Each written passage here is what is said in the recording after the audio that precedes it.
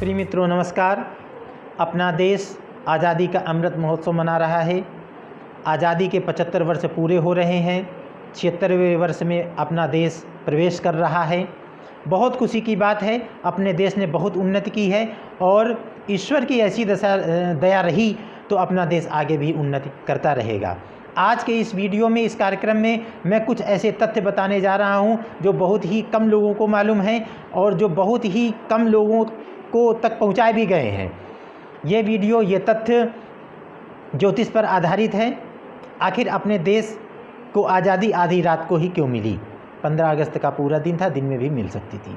आखिर जहां अपना देश इतनी उन्नति की ओर जा रहा है, वहीं अपना पड़ोसी देश धूल क्यों चाट रहा है? हर क्षेत्र में धूल उसको चाटनी पड़ रही है। आखिर अपने देश को कश्मीर से जुड़ी समस्या शुरुआत से ही क्यों झेलनी पड़ रही है?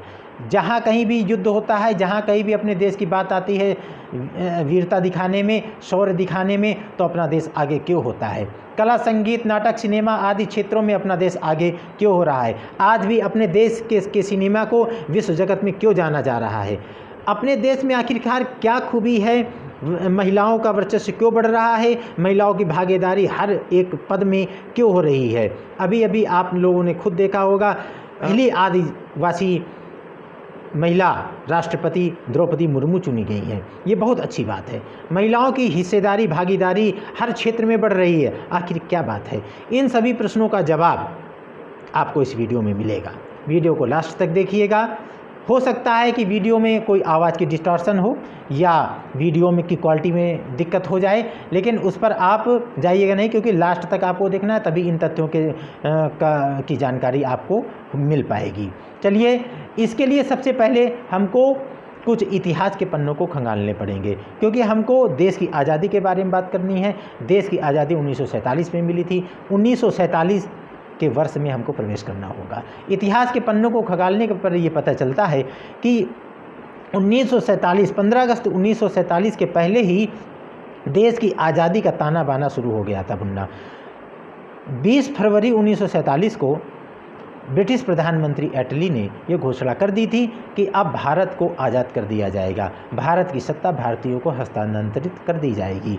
और ये घोषणा करने के बाद उस समय यहाँ जो वायसराय बेवल होते थे, उनको वापस बुला लिया गया ब्रिटेन से वायसराय लॉर्ड माउंटबेटन को भेजा गया। 24 मार्च 1947 को लॉर्ड माउंटबेटन ने यहाँ भारत आकर के वायसराय के रूप में कार्यभार ग्रहण किया। 24 मार्च 1947 के बाद उन्होंने यहाँ के दो नेताओं सरदार वल्लभ भाई पटेल और पंडित जवाहरलाल नेहरू से वार्ता की और इन्होंने बताया कि हम आपके देश को आज़ाद करने वाले हैं, लेकिन चूँकि मुस्लिम लीग और मोहम्मद अली जिन्ना, ये जिन्ना साहब कतई नहीं तैयार थे कि भारत एक अखंड भारत के रूप में स्थापित हो। वो चाहते थे कि नहीं, हमको हमारा हिस्सा अलग दिया जाए। वो तो बहुत बड़ा हिस्सा लेना चाहते थे, लेकिन अपने जो कांग्रेसी नेता थे, वरिष्ठ नेता थे, ये नहीं चाहे कि नहीं पूरा हिस्सा इनको दिया जाए, बल्कि जिस क्षेत्र में मुस्लिम लीग की बाहुल्यता थी, उन्होंने कहा वो क्षेत्र, कश्मीर का क्षेत्र आपको, पंजाब का क्षेत्र दिया जाएगा। आखिर जिन्ना साहब तैयार हुए, इस बात पर तैयार हो गए और वायसराय जो लॉर्ड माउंटबेटन थे, ये वापस 18 मई 1947 को इंग्लैंड गए इस योजना को मूर्त रूप देने के लिए।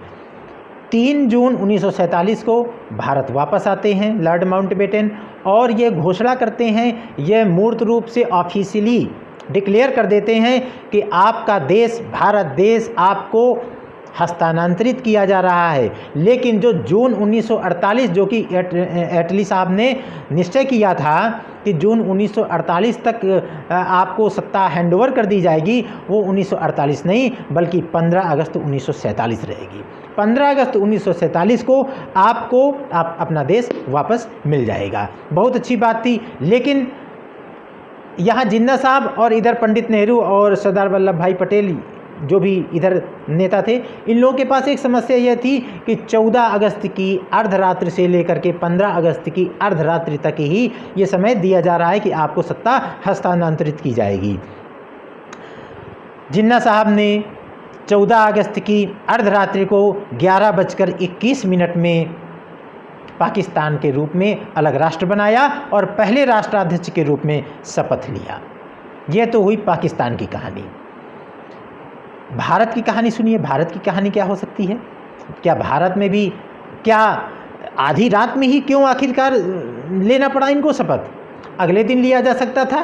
क्या इन नेताओं की बहुत जल्दबाजी थी, सत्ता में बैठने की जल्दबाजी थी कि नहीं अब अंग्रेज़ों की चंगुल से भारत छूटा है तो जल्दी से जल्दी इसकी सत्ता को लेकर के गद्दी पर बैठ जाया जाए? या स्वतंत्रता संग्राम से इतना परेशान हो चुके थे, ऊब चुके थे कि वो जल्दी से जल्दी अंग्रेज़ों को बाहर करना चाहते थे और पूरी तरह से इस देश के राजा बनना चाहते थे? आखिरकार क्या कारण हो सकता था? लेकिन ऐसा नहीं था, कुछ कारण और ही था। हमारे पहले राष्ट्रपति डॉक्टर राजेंद्र प्रसाद जी उज्जैन गए। उज्जैन से माननीय ज्योतिषी जी लोगों से मिले और परामर्श किया कि हमारे पास टाइम सिर्फ 14 अगस्त की अर्धरात्रि से लेकर के 15 अगस्त की अर्धरात्रि तक का समय है। आप कुछ ऐसा मुहूर्त निकालिए जो कि अपना देश उन्नति ही उन्नति करता रहे। वहीं 11:21 में जिन्ना साहब अपने देश में प्रथम राष्ट्राध्यक्ष के रूप में शपथ ले रहे हैं और यहाँ हमारे डॉक्टर राजेंद्र प्रसाद बाबू जी ज्योतिषियों से मिल रहे हैं कि कोई ऐसा समय निकालिए, ऐसा मुहूर्त निकालिए जो हमारे देश को कभी पीछे ना देखना पड़े, आगे ही चलता रहे, आगे ही चलता रहे। समय की बाध्यता है, मात्र पूरे 24 घंटे एक दिन, अर्थात 14 अगस्त की अर्धरात्रि से लेकर 15 अगस्त की अर्धरात्रि तक समय निकाला गया। दिन का समय नहीं निकल रहा था। दिन के समय में बहुत परेशानियां आ रही थी।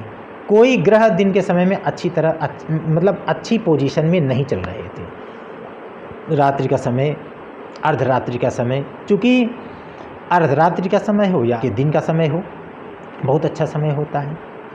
भगवान राम का जन्म भी दोपहर 12 बजे हुआ था और भगवान श्री कृष्ण का भी जन्म रात में 12 बजे हुआ था। अभिजीत मुहूर्त होता है। अभिजीत मुहूर्त में किए गए सारे कार्य शुभ होते हैं। हमारे ज्योतिषियों ने कहा रात में 12 बजे तो बहुत अच्छा समय है, अभिजीत मुहूर्त का समय है। चंद्रमा की क्या पोजीशन है? वाह, चंद्रमा राशि में 3 डिग्री 20 मिनट को पार किए हैं, यानी कि पुनर्वसु नक्षत्र को पार किए हैं और पुष्य नक्षत्र में चले गए हैं। पुष्य नक्षत्र तो सारे नक्षत्रों में श्रेष्ठ है, क्या पूछना। अभिजीत मुहूर्त है, पुष्य नक्षत्र है और स्थिर लग्न है, वृषभ लग्न है, स्थिर लग्न है। देश को आज़ादी मिलेगी, स्थिर रहेगी। स्थिर लग्न में किया गया कार्य आपको शुभता ही लाता है। स्थिर लग्न में आज़ादी मिलना बहुत अच्छी बात है। स्थिर लग्न है, सबसे बड़ी अच्छी बात है जो ज्योतिषियों ने देखा।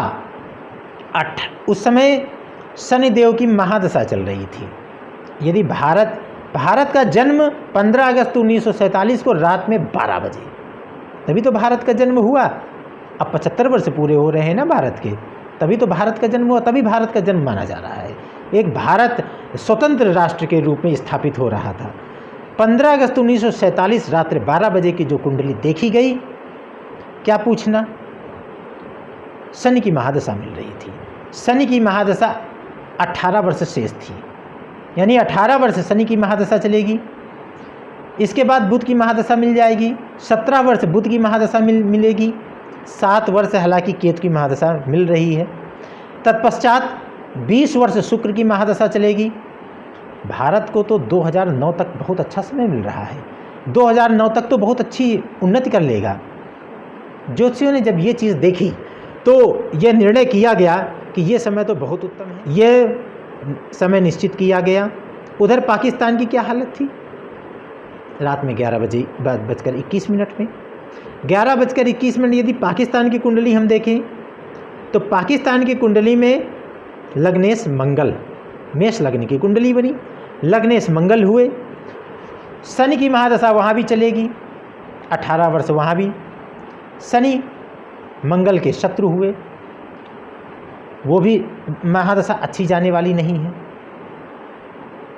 शनि के बाद बुध आए, वो भी अकारक होते हैं।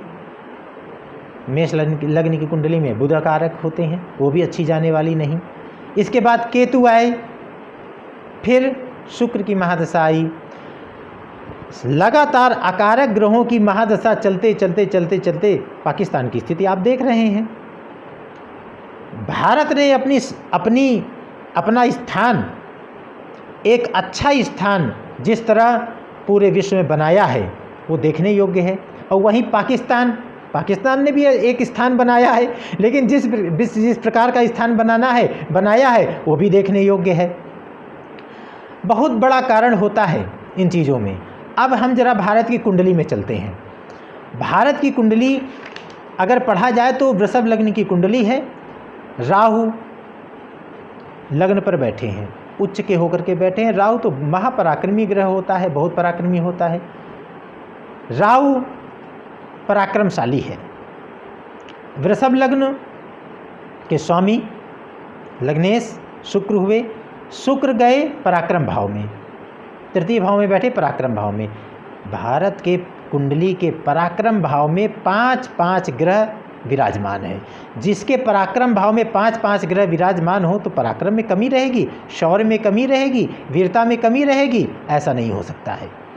भारत की वीरता, शौर्य और पराक्रम का लोहा पूरी दुनिया मानती है। किसी भी युद्ध में भारत हार नहीं मानता है, हर क्षेत्र में आगे होता है। वहीं लग्नेश शुक्र भारत को नाटक, सिनेमा इत्यादि जगहों में आगे रखता है, खेल कूद इत्यादि जगहों में आगे रखता है। आज भी भारत की सिनेमा पूरे विश्व में प्रख्यात है। भारत का पराक्रम, भारत का सिनेमा, सप्तम भाव में यदि देखें तो केतु विराजमान है। केतु विराजमान है। भारत में महिलाओं का वर्चस्व लगातार बढ़ता चला जा रहा है। उन्नति की ओर भारत अग्रसर है। लेकिन वही बात है ना कुछ कमियां तो कहीं ना कहीं होती हैं। ये तो सारी कुंडलियों में कहीं कमियां हैं। यदि योग हैं तो दुर्योग भी होंगे। गुरुदेव भारत की कुंडली में षष्ठ भाव में विराजमान है। सांप्रदायिक दंगे तो होते रहेंगे, धर्म के नाम पर लड़ाइयाँ होती रहेंगी, ये तो बात तय है। क्यों? क्योंकि गुरुदेव छठे भाव पर विराजमान है। अगर देखा जाए तो मंगल कहाँ है? मंगल भारत के द्वितीय भाव में विराजमान है। द्वितीय भाव जो होता है नॉर्थ वेस्ट की दिशा को बताता है। यानी कि नॉर्थ वेस्ट अगर देख लिया जाए, भारत का कश्मीर है। कश्मीर को लेकर के लड़ाई शुरू से हो रही है, विवाद शुरू से है। भारत की जो कुंडली बनी भारत का भविष्य बता रही है, भारत का भूत बता रही है, और वर्तमान तो आप लोग देख ही रहे हैं। भारत का जो नेतृत्व करेगा राहु विराजमान है।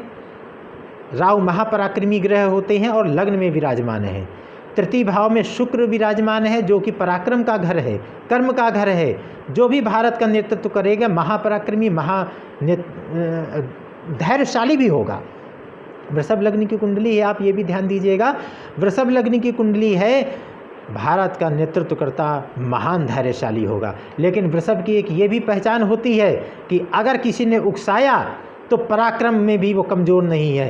तो यही हाल भारत के नेतृत्वकर्ता का भी होगा।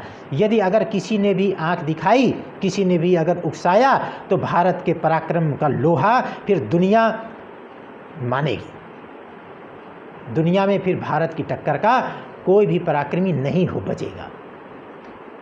भारत अपना सर्वश्रेष्ठ ही रहेगा और सर्वश्रेष्ठ ही रहा है। भारत पर हमको गर्व है।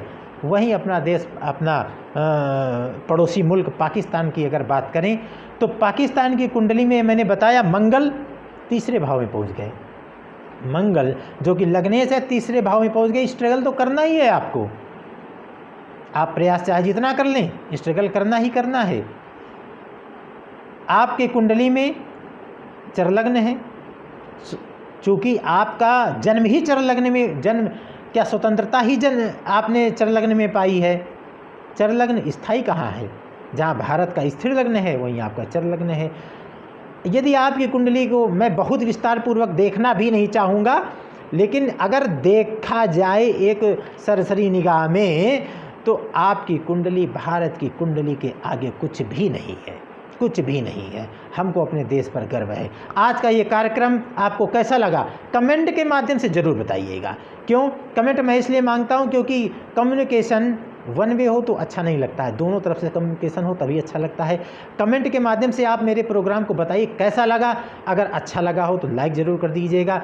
अगर आपको ऐसी जानकारी, तथ्यात्मक जानकारी चाहिए तो वीडियो को लाइक कर दीजिएगा और चैनल को सब्सक्राइब कर दीजिएगा। बहुत बहुत धन्यवाद।